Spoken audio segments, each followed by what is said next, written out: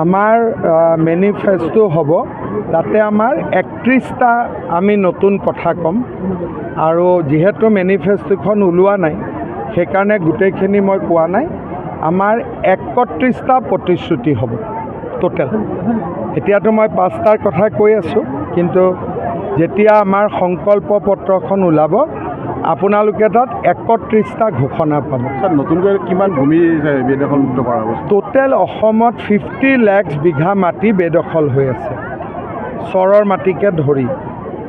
এইবাৰ আমি 1.5 লাখ বিঘা মাটি এভিকশ্যন কৰিলোঁ আৰু ভৱিষ্যতে অহাবাৰ আমি 5 লাখ বিঘা মাটি আমি এভিকশ্যন কৰিম আৰু চৰৰ মাটিত আমি এভিকশ্যন কৰি দুখীয়া মানুহবিলাককে আমি দি দিম। মাতব্বৰৰ হাতৰ পৰাহে আমি মাটিটো কাঢ়িম, দুখীয়া মানুহৰ পৰা নহয়। দুখীয়া মানুহে মাটি পাব, কিন্তু মাতব্বৰৰ হাতত যিমান মাটি আছে সেইবিলাক আমি কাঢ়িম। গৌৰৱ গগৈ যদি মানে সাম্প্ৰদায়িক কথা কয় 5 বছৰলৈকে জেল দিব। মইতো যি ক'ম কৈয়ে থাকিম, জেলত দিলে জেলৰ পৰা ক'ম। ফখৰুদ্দিন আলি আহমেদ মেডিকেলৰ নাম পুনৰ আৰু সেই গৌৰৱ গগৈয়ে 7 বাৰ জন্ম ল'ব লাগিব। সেইখনৰ নাম আপোনাৰ অম্বিকাগিৰি ৰায়চৌধুৰী মেডিকেল কলেজ নালাগে। আমি কাৰো বৰপেটা বজালি আমি জাগাৰ নামত কওঁ, যোৰহাট নগাঁও কাৰোবাৰ নামত আমি যদি দিব যাওঁ তেতিয়াহ'লে মানুহে ক'ব আপোনালোকে ফখৰুদ্দিন আলি আহমেদৰ নামটো কিয় কাটিছে। এডাল গছ আছে এছিয়াৰ ভিতৰে সৰ্ববৃহৎ, কিবা চিন্তা কৰা হ'ব? কৰিব, ৰঞ্জিত দাস ডাঙৰী আছে, ধৰ্মেশ্বৰ আছে, তেওঁ মিলি কৰিব। মই যি কৰিব লাগে মোক ক'লে হ'ল, মই কৰি দিম। পুলিচৰ হাইটটো অলপ কমোৱা কথা আছিল, চবেই কৈ আছে, মই বিবেচনা কৰিলোঁ। কালি লুৰিণজ্যোতি গগৈ কি জাতীয়তাবাদ কৰে? যি জাতীয়তাবাদ বৰ্তমান তেওঁ ইলেকশ্যন খেলিছে যাতে তেওঁ বিয়াখন পাতিব। তেওঁতো বেলেগ উদ্দেশ্য নাই, ৰাইজৰ কাৰণেতো তেওঁ ইলেকশ্যন খেলা নাই। তেওঁৰ বিয়াখন হোৱা নাই, ইলেকশ্যনত জিকিলে বিয়া হ'ব। এতিয়া জিকে নাজিকেতো মই নাজানো, কিন্তু তেওঁৰতো মইতো এইবিলাকৰ পৰা দূৰত থাকিম। আমাৰ তেওঁৰ মেনিফেষ্টো কি যে ৰাইজ মোৰ বয়স হ'ল, মই বিয়া পাতিব লাগে, MLA নহ'লে ছোৱালীয়ে মোৰ লগত বিয়া নহয়, গতিকে মোক বিয়া পাতাৰ সুযোগ দিয়ক। আপুনি বজালী সমষ্টি সকলো সমষ্টিতে ঘূৰিছে, জালুকবাৰী সমষ্টিৰ বিষয়ে অলপ কওক। কোন কেণ্ডিডেট হৈছে কেনে? জালুকবাৰীত মই একোৱে নাজানো। জালুকবাৰীত কংগ্ৰেছৰ কোন কেণ্ডিডেট, নিৰ্দলীয় কোন, মনোনয়ন পত্ৰ মোৰ গ্ৰহণ হৈছে নাই হোৱা, মই একোৱে খবৰ ৰখা নাই। আমাৰ কাৰ্যকৰ্তাসকল আছে, তেওঁলোকে কাম কৰি আছে আৰু ইলেকশ্যনৰ পিছতহে মই তাতে ব্যৱধানটো কিমান হ'ব ছাৰ এইবাৰ? মই ভাবোঁ যিটো মোৰলৈকে খবৰ আহি আছে, যোৱাবাৰ 78% মানুহে মোক ভোট দিছিল। এইবাৰ মই আন্দাজ কৰোঁ যে 85-90% মানুহে ভোট দিব। ছাৰ বহুকেইটা সমষ্টিত কংগ্ৰেছৰ আগৰ বিধায়ক এইবাৰ প্ৰাৰ্থী খেদি আছে ৰাইজে। চাওক, কংগ্ৰেছ দলৰ অসমত বৰ্তমান অৱস্থা নাই। যোৱাকালি গৌৰৱ গগৈ কি গৈ গ'ল মন্দিয়াত মিটিঙত মানুহ হৈছে, মই সেইটো স্বীকাৰ কৰিছোঁ। মন্দিয়াত তেওঁ কি ক'লে যে আমি নতুন বৰ অসম গঠন কৰিম। বৰ অসম নতুনকৈ কেনেকৈ গঠন হ'ব? চুকাফাই গঢ়ি যোৱা বৰ অসমত আমি কি কৰিম, তাতে কি এডিশ্যন কৰিম? শংকৰদেৱে গঢ়ি থৈ যোৱা বৰ অসমত আমি নতুন কি আনিম? তাৰমানে তেওঁ কি বুজাইছে যে অসমীয়া মানুহে এতিয়া বাংলাদেশীসকলক গ্ৰহণ কৰিবই লাগিব আৰু সেইখনেই হ'ব নতুন বৰ অসম। তেওঁ উদাহৰণ দিছে যে শংকৰৰ লগত আজান পীৰ থাকিব। মাধৱদেৱ ক'ত গ'ল? বৰপেটা ৰাইজে জানে শংকৰদেৱৰ লগত কোন আছিলে, মাধৱদেৱ আছিল নে আজান পীৰ আছিল?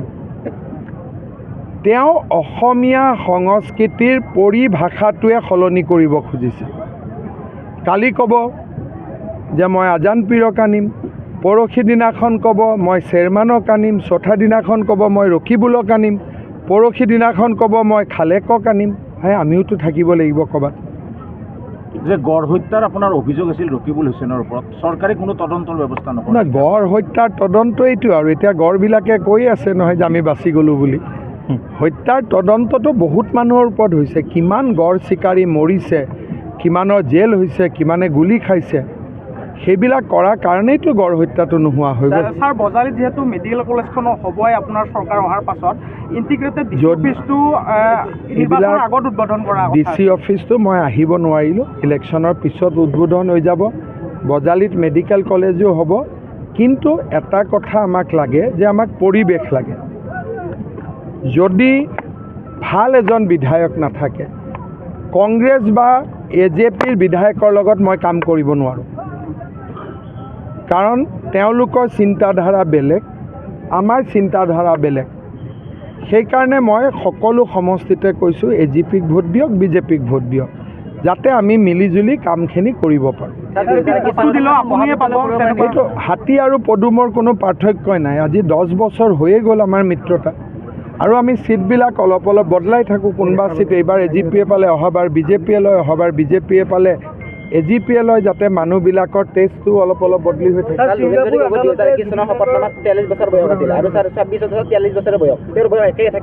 তেওঁৰ বয়স 2021-ত 43 আছে।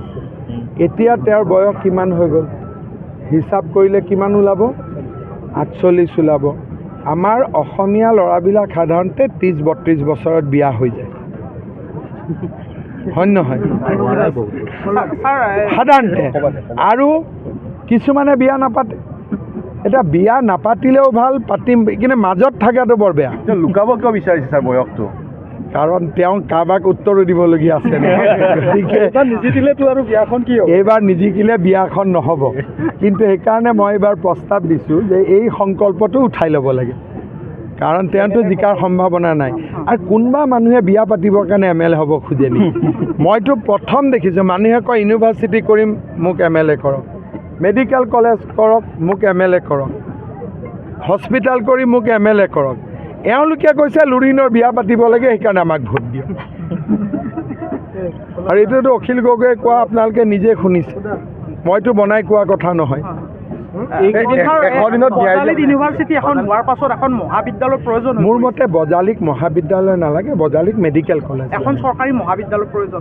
যদি আপোনালোকে নতুনৰ ফালে নগৈ বজালী বিশ্ববিদ্যালয় তলতে কলেজ যি হয় হৈ থাকিব, কিন্তু বজালীক ইঞ্জিনিয়াৰিং কলেজ লাগে, মেডিকেল কলেজ লাগে, আগুৱাই যাব লাগে।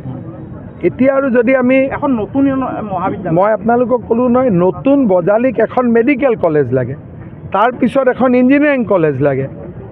যদি এতিয়া আমাৰ শুৱালকুছিতে ইঞ্জিনিয়াৰিং কলেজ হয়, বজালীত নিশ্চিতভাৱে হ'ব লাগে, বজালীত মেডিকেল কলেজ হ'ব লাগে। আৰু বজালী বুলি কওঁতে এটা দুটা জেগা নাভাবি অলপ বৃহত্তৰ এৰিয়া এটা ভাবি ল'ব লাগে। ডক্টৰ ৰঞ্জিত ডেকাই মানে পদত্যাগ কৰিছে, কিবা প্ৰভাৱ পৰিব নেকি বজালী সমষ্টিত? তেওঁ শিক্ষাবিদ মানুহ, তেওঁ ৰাজনীতিত আহিবই নালাগা মানুহ নহয়। মইতো তেওঁক লগ পালেই কওঁ যে আপোনাৰ স্কুল কেনেকুৱা চলিছে, ইউনিভাৰ্চিটি কেনেকুৱা চলিছে। তেওঁ সন্মানীয় ব্যক্তি, তেওঁৰ ওপৰত কোনো নিগেটিভ কথা ক'ব নালাগে। আৰু তেওঁ অসমৰ শিক্ষা জগতলৈকে বৰ ভাল বৰঙণি আগবঢ়াইছে। গতিকে মানুহজন অসমৰ কাৰণে খুব প্ৰয়োজনীয়।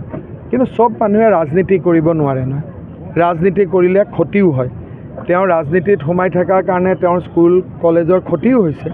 সেইকাৰণে তেওঁৰ ওপৰত আমি কোনো নিগেটিভ কথা ক'ব নালাগে। তেওঁ এজন ভাল মানুহ।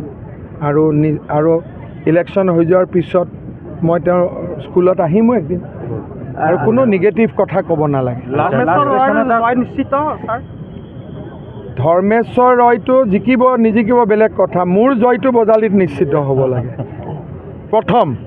তাৰপিছত বজালীত মোৰ জয়টো নিশ্চিত হ'লে ধৰ্মেশ্বৰেও নিশ্চিত হ'ব, ৰঞ্জিত দাসো নিশ্চিত হ'ব, ফণী তালুকদাৰো নিশ্চিত হ'ব। আপুনি এজন টেলেণ্টেড পলিটিচিয়ান হিচাপে ৰাষ্ট্ৰীয় ৰাজনীতিত নাযায় নেকি আপোনাৰ পৰিকল্পনা? যেতিয়া সময় হ'ম যাম, আপোনালোকে খেদিলে। খেদাৰ কথা নহয়, মানে টেলেণ্টেড সময় আহক, চবৰে সময় থাকে না। এতিয়াতো মই যদি এতিয়াই যাওঁ, যিবিলাকক শিক্ষা দিছোঁ সিহঁতি বুকুত কামোৰ মাৰিব। এতিয়া কামিহাৰডাল ভাঙি ল'ব লাগিব, তেতিয়া মই যাব লাগিব। যদি কামিহাৰডাল এনেকৈ থাকে, এতিয়া হাত ভৰিহে গৈছে, কামিহাৰডালত মাৰটো মাৰিব লাগিব। কেতিয়ালৈ সম্ভৱ হ'ব ছাৰ? 5 বছৰত কামিহাৰ ভাঙি যাব। এতিয়া আপুনি কিমান লাখ বিঘা মাটি বেদখল হৈ আছে? 50 লাখ, তাৰে 1.5 লাখহে উদ্ধাৰ হ'ল। আৰু এইটো বহুত ডাঙৰ কাম, মিনিমাম 20-25 বছৰ লাগিব কৰোঁতে। ছাৰ লুৰিণ আৰু মোৰ আইডিয়াটো এনেকুৱাও নহয় যে এইটো হিন্দু মুছলমান। চৰতো মই মাতব্বৰৰ পৰা মাটিখিনি কাঢ়ি মই চৰৰে দুখীয়া মানুহক মাটিটো দিব খোজোঁ। ইয়াত কোনো কমিউনিয়েল কথা নাই। এই যে আপুনি 1.5 লাখ বিঘা মাটি উদ্ধাৰ কৰিলে এইটো কি এইটো ফৰেষ্ট হৈ আছে এতিয়া, গড় আহিছে, হাতী আহিছে, বজালিৰ বালাপাৰাতো হ'ব নেকি ছাৰ? চব জেগাতে হ'ব য'ত য'ত আমাৰ মাটি দখল হৈ আছে। দখল মুক্ত হোৱাৰ পিছত দুখীয়া মানুহক নতুনকৈ 1.5 কঠা দিয়াতো কাৰো আপত্তি নাই। প্ৰথম কথা হ'ল যে 300 বিঘা মাটি দখল কৰিব নালাগে। প্ৰথমতে এভিকশ্যন হ'ব, হোৱাৰ পিছত ভূমিহীন মানুহক ভূমি নীতি অনুসৰি 1 বিঘা 2 বিঘা দিয়াতো আপত্তি নাই। কিন্তু এতিয়া যোনে লৈ আছে 50 বিঘা লৈ আছে, 60 বিঘা লৈ আছে, 80 বিঘা লৈ আছে, সেইটোতো নিয়ম নহয়। গতিকে আপোনালোকে এটা বস্তু চাব যে দুখীয়া মানুহে মাটি পাব লাগে। এভিকশ্যন কৰাটোৱে ফূৰ্তি নহয়, কিন্তু ছদ্মবেশী দুখীয়া হ'ব নালাগে। এভিকশ্যন কৰক, ফৰেষ্টৰ মাটি ফৰেষ্টত দিয়ক, চৰকাৰী মাটি যদি ভূমি নীতি অনুসৰি 1 বিঘা 2 বিঘা মানুহখিনিক বিলাই দিয়ক। পূজা আছে ছাৰ ঘৰত। ঠিক আছে, সকলোকে ধন্যবাদ দিলোঁ। শুভেচ্ছা জনালোঁ। ज्ञानदीप सीनियर सेकेंडरी स्कूल में कक्षा 11 के आर्ट्स, कॉमर्स और साइंस स्ट्रीम के लिए एडमिशन शुरू हो चुका है। यहाँ छात्रों के लिए आधुनिक language lab, computer lab, science labs की सुविधा उपलब्ध है। सभी छात्र छात्राओं के लिए हॉस्टल फैसिलिटी उपलब्ध। बोरगोलाई से जागून तक विभिन्न रूटों के लिए बस सर्विस की सुविधा भी उपलब्ध है। सभी क्लासरूम्स और लैब्स में CCTV कवरेज की व्यवस्था है। HS first year arts, commerce, science के लिए एडमिशन प्रक्रिया जारी है। पता 1 number Longtong Tirap gate Lekhapani. अधिक जानकारी के लिए संपर्क करें 8133961936। ज्ञानदीप सीनियर सेकेंडरी स्कूल, बेहतर शिक्षा और उज्जवल भविष्य की पहचान।